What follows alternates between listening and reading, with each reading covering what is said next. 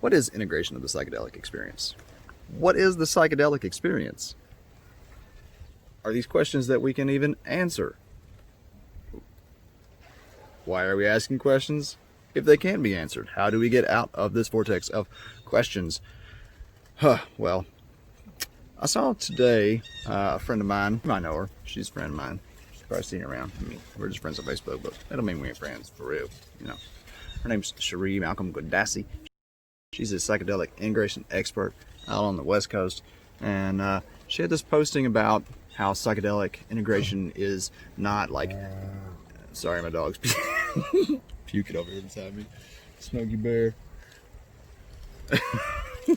It's gonna fit right in.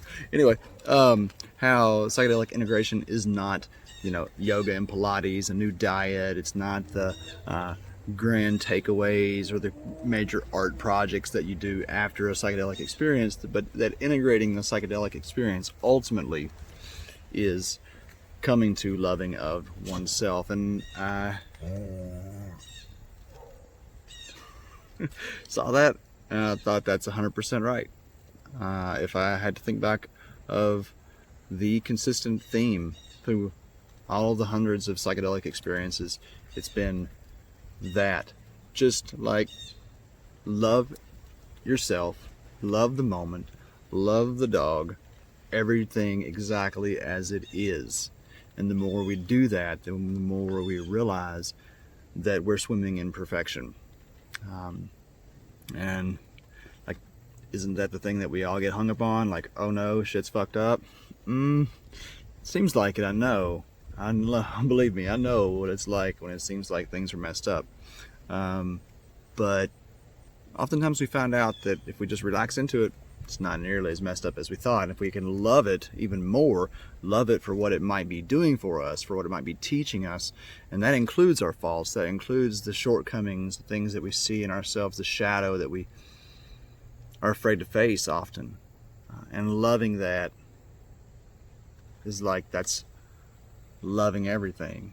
And then like all the other stuff, the yoga and Pilates and the hiking and the fishing or the weightlifting or meditation or whatever it is that you feel like is like the practice that's going to bring authenticity and joy into your life, well then those things will come.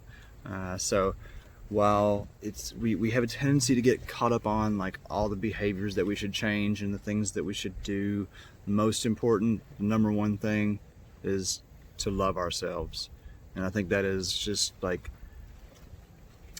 you don't ever want to say that there's like the be all end all of what the mushroom has to teach us. I don't think. I can't imagine that there ever is this like final pinnacle. It's this kind of swirling back in on itself whenever we reach a certain plateau.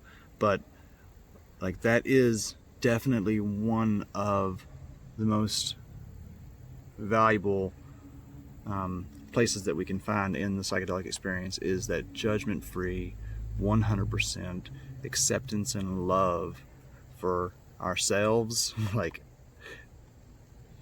maybe it's easier to do it outward first. If you start like finding that perfection outside, maybe it's plants or a pet or an animal or the elements or something, but we can always trace that back into ourselves. And as it may be the hardest thing for us to do is to really fully authentically love ourselves to the core, but it may also be the most important thing that we do.